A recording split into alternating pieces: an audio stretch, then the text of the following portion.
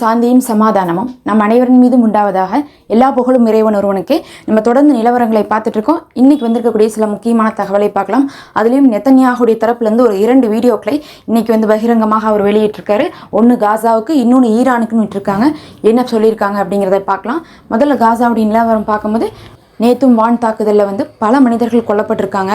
இதுவரையும் மட்டுமே 370 குழந்தைகள் இந்த ஒரு வாரத்தில் இறந்துருக்காங்கன்னு சொல்கிறாங்க. 10க்கு ரெட் கிரசன்ட் அமைப்பிலிருந்து 9 ஊழியர்களை காணவில்லைன்னு சொல்கிறாங்க. காணவில்லைனாவே அவங்க இறந்துட்டாங்கன்னு தான் அர்த்தம். அவங்களுடைய உடல் இன்னும் கிடைக்கலைங்கிறது தான் நம்ம புரிஞ்சுக்கணும்னு தவிர, ஏன்னா காணா போனவங்க எங்கேயுமே காசா விட்டு எங்கேயும் போக முடியாது. அவங்களாலே கான்டாக்ட் பண்ண முடியாத அளவுக்கு அவங்கள எங்கேயுமே கிடைக்கல அப்படின்னு சொல்கிறாங்க. அந்த மாதிரிலாம் என்ன பண்ணிட்டு இருக்காங்கன்னா, இஸ்ரேல் ராணுவம் தொடர்ந்து அத்துமீறல்களை செஞ்சுட்டு இருக்காங்க. ஒருவேளை அரெஸ்ட் பண்ணிட்டு கூட போயிருக்கலாம். இந்த மாதிரியான நிலைமை தான் காசாவில் இருந்துட்டு இருக்கு. 10க்கு தரைவழியிலாம் நுழைஞ்சிட்டு இருக்காங்க. எஜிப்டுடைய பேச்சுவார்த்தை பார்க்கும்போது பிரயோஜனம் இல்லாமல் தான் இருக்குது. ஏன்னா எஜிப்ட் யாருக்கு சாதகமாக பேசுகிறாங்கன்னா, இஸ்ரேலுக்கு சாதகமாக தான் பேசிகிட்டு இருக்காங்க. அப்படிங்கும்போது அதில் ஒரு முடிவு வரப்போகிறது கிடையாது.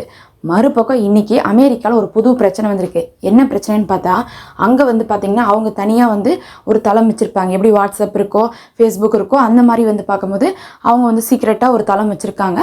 அந்த தளத்தில் என்ன பண்ணியிருக்காங்கன்னா, அமெரிக்காவுடைய முக்கியமான இராணுவ வீரர்கள்லாம் கலந்து என்ன பண்ணியிருக்காங்கன்னா, ஓப்பனாக சேட் பண்ணி எல்லாருமே ஒருத்தவங்களுக்கு ஒருத்தவங்க மீட்டிங்கில் என்ன பண்ணியிருக்காங்க, பேசியிருக்காங்க. அப்படி பேசக்கூடிய நேரத்தில் என்ன ஆயிடுச்சுன்னா, அட்லாண்டிக் அப்படின்னு சொல்லக்கூடிய பத்திரிகையுடைய ஆசிரியரையும் அதில் யாரையோ கனெக்ட் பண்ணி விட்ருக்காங்க. யார் இந்த வேலையை பண்ணாங்கன்னு தெரியாது. ஆனால் அவரை கனெக்ட் பண்ணி விட்ருக்காங்க.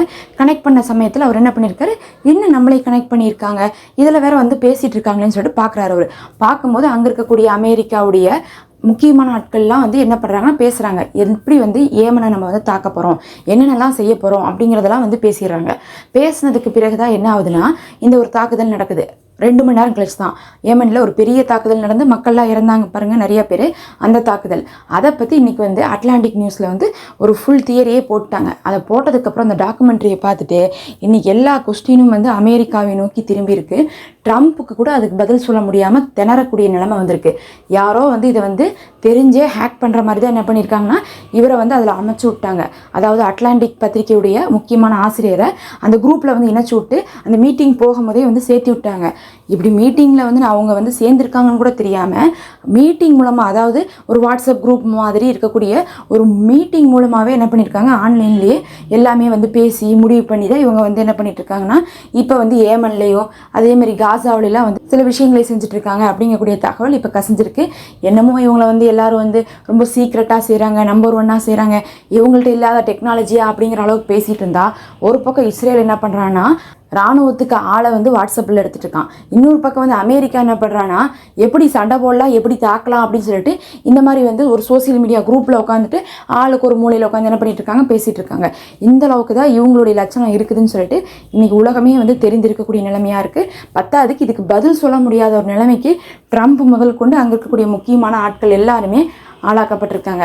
மறுபக்கம் இன்னொரு கேள்வி இஸ்ரேலை நோக்கி கேட்டிருக்காங்க. ஏன்னா ஒரு கேன்சர் இன்ஸ்டிடியூட்டை என்ன பண்ணாங்கன்னா, காசாவில் வச்சு அழிச்சாங்க. அந்த கேன்சர் இன்ஸ்டிடியூட்டை யார் கட்டி கொடுத்தாங்கன்னா, துருக்கி தான் கட்டி கொடுத்தாங்க. அப்படி பார்க்கும்போது காசாவில் இருக்கக்கூடிய எல்லா மருத்துவமனையுமே நிறைய பேர் பார்த்திங்கன்னா, இந்தோனேஷியா மருத்துவமனை, அதுக்கப்புறம் கத்தார் மருத்துவமனை, நிறைய பார்த்திங்கன்னா ஒவ்வொரு நாட்டிலேருந்து தான் கட்டி கொடுப்பாங்க. அப்படி துருக்கி கேன்சர் இன்ஸ்டிடியூட் ஒன்று காசா கட்டி கொடுத்துருந்தாங்க. அதுலேயும் நிறைய கேன்சர் நோயாளிகள் இருந்தாங்க. இந்த காசாவில் போர் ஆரம்பித்தப்ப ரொம்ப பாதிக்கப்பட்டவங்க அவங்க தான். ஏன்னா அவங்களுக்கு எந்த ஒரு கரண்ட்டும் இல்லாமல் ரேடியோ தெரப்பிலாம் கொடுக்க முடியாமலாம் கஷ்டப்பட்டாங்க. இப்போ என்ன பண்ணிட்டாங்கன்னா, அந்த கேன்சர் இன்ஸ்டிடியூட்டவே ஃபுல்லாக அந்த ஹாஸ்பிட்டலவே தகர்த்து ஒன்றுமே இல்லாமல் பண்ணிட்டாங்க, மண்ணோட மண்ணாக்கிட்டாங்க. அதை ஆக்கினதுக்கு பிறகு இன்றைக்கி சர்வதேசமே இஸ்ரேலை நோக்கி கேள்வி கேட்கும்போது உடனே ஒரு பிட்டை போட்டாங்க. இன்றைக்கி ஐடிஎஃப்லேருந்து யாரை கேட்டு இவங்க தாக்குனாங்க, நாங்கள் பர்மிஷனே கொடுக்கல, யாரோ தப்பாக தாக்கியிருக்காங்க, அவங்களெல்லாம் நாங்கள் கூப்பிட்டு விசாரித்து அரெஸ்ட் பண்ண போகிறோன்னு இருக்காங்க. நம்ம இஸ்ரேலா இப்படி அப்படின்னு சொல்லிட்டு மற்றவங்களே ஆச்சரியப்படுவாங்க. இஸ்ரேலை ஆதரிக்கவங்க கூட இதை நம்ப மாட்டாங்க. ஆனால் பார்த்தா இன்றைக்கி மற்றவங்களாம் கேள்வி கேட்குறாங்கன்னு சொல்லிட்டு அவங்களெல்லாம் நாங்கள் கூப்பிட்டு விசாரிக்கிறோம், இஸ்ரேலுடைய சிப்பாய்களை விசாரித்து அவங்களுக்கு எதிராக நாங்கள் நடவடிக்கை எடுக்கிறோம், கேன்சர் இன்ஸ்டிடியூட்லாம் தாக்கக்கூடாது, அது மனிதாபிமானமற்ற செயல், இது ரூல்ஸ் வயலேஷன்னு சொல்லிட்டு இன்றைக்கி இஸ்ரேலுடைய ஐடிஎஃபே சொல்லிட்டு இருக்காங்க. இவங்க இதுக்கு முன்னாடி எல்லாமே ரூல்ஸை ஃபாலோ பண்ணுற மாதிரி இப்படி ஒரு அறிவிப்பையும் இன்றைக்கி ஐடிஎஃப் தரப்புலேருந்து கொடுத்துட்ருக்காங்க. இதே சமயத்தில் இந்த நெத்தன்யாஹு அவர்கள் 2 வீடியோ ரிலீஸ் பண்ணியிருக்காங்க. முதல் வீடியோ என்னன்னு பார்த்தா, ஃபுல்லாக காசாவுக்கு ஒரு கேபினெட் போட்டு மீட்டிங்லாம் பேசி முடிச்சாச்சு. பேசி முடிச்சுட்டு அந்த கேபினெட் மீட்டிங்குடைய ரிசல்ட் என்னென்னா, நாங்கள் போரை ரொம்ப உக்கிரமாக செய்வோம், எது வரைனா நீங்கள் எங்கள் பிணை கைதிகளை விடுற வரையும். ஒருவேளை நீங்கள் எங்கள் பிணை கைதிகளை விடலைன்னா எங்களால் முடிஞ்ச அளவுக்கு தாக்குதல் பண்ணிட்டு அடுத்து இராணுவ ஆட்சி கொண்டு வருவோம். இராணுவ ஆட்சின்னு என்னென்னா 20 வருஷத்துக்கு முன்னாடி காசாக்குள்ளே இராணுவ ஆட்சி தான் இருந்துச்சு. அப்போ என்ன பண்ணுவாங்கன்னா இராணுவ ஆட்சி மூலமாக அங்கே வந்து எல்லாருமே வந்து உள்ளே போகிறாங்க பாருங்கள், இஸ்ரேலை சேர்ந்த இராணுவம் அவங்க தான் வந்து என்ன பண்ணுவாங்க காசாவை ரூல் பண்ணிட்டு இருப்பாங்க. காசாவில் இருக்கிறவங்க யாருக்குமே அங்கே வந்து பார்த்தா பாதுகாப்பே இருக்காது. ஃபுல்லாக வந்து அது காசா வந்து இஸ்ரேலுடைய கண்ட்ரோலுக்கு வரும். அதை தான் வந்து நாங்கள் கொண்டு வர போகிறோம்னு சொல்லிட்டு இன்றைக்கி இஸ்ரேலுடைய பிரதமர் வந்து காசாவை பற்றியான ஒரு வீடியோ வெளியிட்டிருக்காங்க. இது வந்து பார்த்தா இத்தனை நாள் வந்து எதுக்காக கஷ்டப்படுறாங்களோ அதுக்கு இன்னும் மோசமான நிலைமையை கொடுக்க போகுதுன்னு அர்த்தம். அதாவது போர் ஆரம்பிக்கிறதுக்கு முன்னாடி காசாவில் என்ன நிலைமை இருந்துச்சு, அந்த நிலைமை சரியில்லைன்னு சொல்லிட்டு தானே சுதந்திரத்துக்காக போராடுறாங்க. ஆனால் அவங்க சொல்கிற இராணுவ ஆட்சிங்கிறது 20 வருஷத்துக்கு முன்னாடி இருந்த அடிமைத்தனம். அதை வந்து யோசிச்சு கூட பார்க்க முடியாது. எப்படி வந்து ஒரு நாட்டுக்கு சுதந்திரமே இல்லாமல் அடிமையாக வந்து வெள்ளைக்காரன் வச்சுருந்தானோ அந்த மாதிரி வந்து காசா மக்களை இஸ்ரேல் ஒரு காலத்தில் வச்சிருந்துச்சு. அந்த மாதிரி நாங்கள் செய்ய போகிறோம், ஒட்டுமொத்த இராணுவத்தையும் உள்ளே இறக்கி இராணுவ ஆட்சி நாங்கள் செய்ய போகிறோம், எங்களுடைய இராணுவம் தான் அங்கே இருக்கும். அதுக்கப்புறம் வந்து பார்த்தா போராளிகளெல்லாம் என்ன பண்ணுவாங்க, விடவே மாட்டாங்க, அவங்களெல்லாம் அரெஸ்ட் பண்ணிடுவாங்க, அவங்களெல்லாம் வந்து என்ன பண்ணுவாங்கன்னா பார்த்த இடத்துல சுட்டுருவாங்க, இந்த மாதிரி நிறைய வேலைகளே பண்ணுவாங்க. அப்படி ஒரு இராணுவ ஆட்சி நாங்கள் வந்து காசாக்குள்ளே நிறுவ போகிறோம்னு சொல்லிட்டு இன்றைக்கி நெத்தனியாக வந்து மிரட்டல் விட்டுருக்காரு. ஆனால் இதுக்கு வந்து காசாவுடைய தலைவர்கள் என்ன சொல்லுவாங்கன்னு சொல்லிட்டு பொறுத்திருந்து பார்க்கலாம். மறுபக்கம் ஈரானுக்கு என்ன சொல்கிறாங்கன்னா, நீங்கள் வந்து சமாதானத்துக்கு வராமையே இருந்துட்டு இருந்தீங்கன்னா அடுத்து எங்களுடைய தாக்குதல் உங்களை நோக்கி வருவோம். உங்களால தான் வந்து என்ன ஆகிட்டு இருக்குன்னா உங்கள் ப்ராக்சிஸ்லாம் வந்து எங்களை தாக்கிட்டு இருக்காங்க. ஏமனுக்கு நீங்கள் தான் உதவி செஞ்சுட்ருக்கீங்க.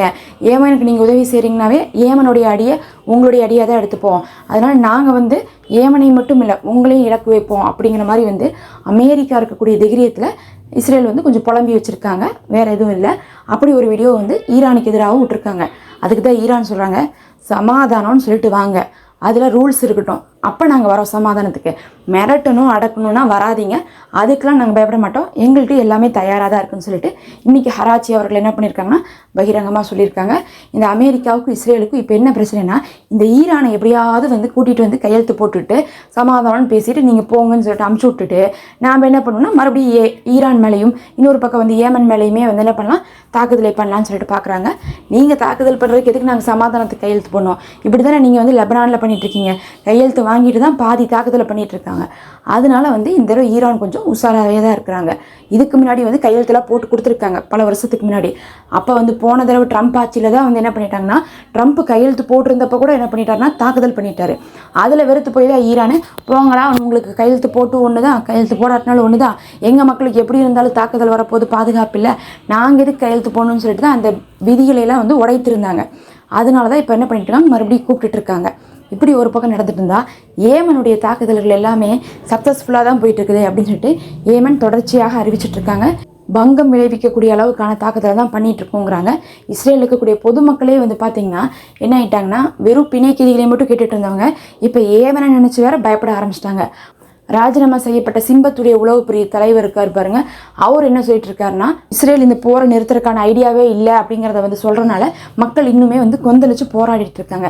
அது எல்லாத்துக்கும் பதில் சொல்கிறதுக்காக நெத்தனியா வந்து இந்த சிம்பத்துடைய உளவு பிரிவு தலைவரை நாங்கள் எதுக்கு ராஜினாமா செஞ்சோம்னா, அவர் வந்து பார்த்தா காசாவுக்கு சுதந்திரத்தை கொடுக்கணும்னு சொல்கிறாரு, 2 நாட்டு தீர்வை கொண்டு வரணும்னு சொல்லிட்டு அவர் தான் வலியுறுத்துறாரு. அவரை கொண்டு போய் பேச்சுவார்த்தை கம்பனா பேச போகிற இடத்துல எல்லாம் சமாதானமாக எதையாவது ஒரு விஷயத்தை ஒத்துக்கிட்டு வந்துடுறாரு அப்படின்னு சொல்லிட்டு இஸ்ரேலுடைய பிரதமர் நெத்தனியாகு இன்னைக்கு அந்த ராஜினாமா செய்யப்பட்ட சிம்பத் உளவு பிரிவுடைய தலைவரை பற்றி சொல்கிறாரு. இது உண்மையா பொய்யான்னு தெரியாது. ஏன்னா வந்து சிம்பத்துடைய உளவு பிரிவு தலைவர் வந்து போர் செய்ய வேண்டாம், போர் செய்கிற நிலைமையில நம்ம இல்லைன்னு சொன்னதெல்லாம் உண்மைதான். ஆனால் அதே நேரத்தில் காசாவுக்கு வந்து சுதந்திரம் கொடுக்க சொன்னாரா இல்லையான்னு நமக்கு தெரியாது. தெரியாட்டினாலும் இந்த நெத்தனியாக என்ன பண்ணுறாருன்னா, இப்படி அவர் சொன்னார், அவர் தேச துரோகி, அதனால தான் அவரை நாங்கள் வந்து என்ன பண்ணியிருக்கோம், வேலையை விட்டு தூக்கி வச்சுருக்கோம்னு சொல்லிட்டு அப்படியே மக்களுடைய பார்வைகள்லாம் வந்து திருப்ப பார்க்குறாங்க. ஆனால் அங்கே ஆர்ப்பாட்டம் போராட்டம் ஒன்றுமே குறையல. இருந்தாலும் அவங்களுடைய அந்த பட்ஜெட் தாக்குதல் செஞ்சது இந்த தடவை வந்து சக்ஸஸ் ஆகிருக்கு. பொதுவாக பட்ஜெட் வந்து போடுவாங்க, அந்த பட்ஜெட் வந்து சக்ஸஸ் ஆகிறத பொறுத்து தான் எலெக்ஷன் வருமா வராதான்னு தெரியும். இந்த தடவை வந்து நெத்தனியாவுடைய கட்சி வந்து கொடுத்த பட்ஜெட் வந்து சாங்ஷன் ஆகிருக்கு. யாரெல்லாம் வந்து எதிர்ப்பு தெரிவிப்பாங்கன்னு எதிர்பார்த்தாங்களோ அவங்க கூட ஆதரவு தெரிவிச்சிருக்காங்க. இத்தனை மக்கள் போராட்டம் நடக்குது, ஆர்ப்பாட்டம் நடக்குது, ஆனாலும் அந்த பார்லிமெண்ட்டில் இருக்கக்கூடிய மெம்பர்ஸ்லாம் வந்து பார்த்தா எதிர்கட்சி முதல் கொண்டு வந்து கொஞ்சம் ஓரளவுக்கு வந்து ஆதரவாக தான் இருந்துட்டு இருக்காங்க. என்னதான் எதிர்கட்சி தலைவர் வந்து வெளிப்படையாக வந்து வெறுத்தாலும் பகிரங்கமாக சொன்னாலும் அவருமே போர் செய்யக்கூடிய எண்ணத்தில் தான் இருக்கிறாரு அப்படிங்கிறது தான் இதில் காட்டுது. இவர் போனால் என்ன, அவர் வந்தால் என்ன, எல்லாரும் ஒரே மாதிரி தான் செய்ய போகிறாங்கங்கிற அளவுக்கு தான் இஸ்ரேலில் நிலவரம் இருந்துட்டுருக்கு. இப்போதைக்கு ஆட்சி மாற்றத்துக்கு இடமே இல்லை. ஏன்னா பட்ஜெட் வந்து சக்ஸஸ் ஆயிடுச்சு. அப்போ இஸ்ரேலுடைய ஆட்சியை மறுபடியும் நெத்தன்யாகு தான் அமைக்க போகிறாரு. அவரே தான் இருக்க போகிறாரு. அதில் மாற்றமே வரப்போகிறதில்ல. காசால இராணுவ ஆட்சியை பற்றி பேசியிருக்காங்க. இதுக்கு என்ன ஒரு பதிலடியை வந்து மற்ற நாடுகள் எல்லாம் கொடுக்க போகிறாங்கன்னு சொல்லிட்டு பொறுத்திருந்து பார்க்கலாம். இதெல்லாம் தான் முக்கியமான செய்திகள். நம்ம அடுத்த ஒரு காணொலியில் சந்திப்போம்.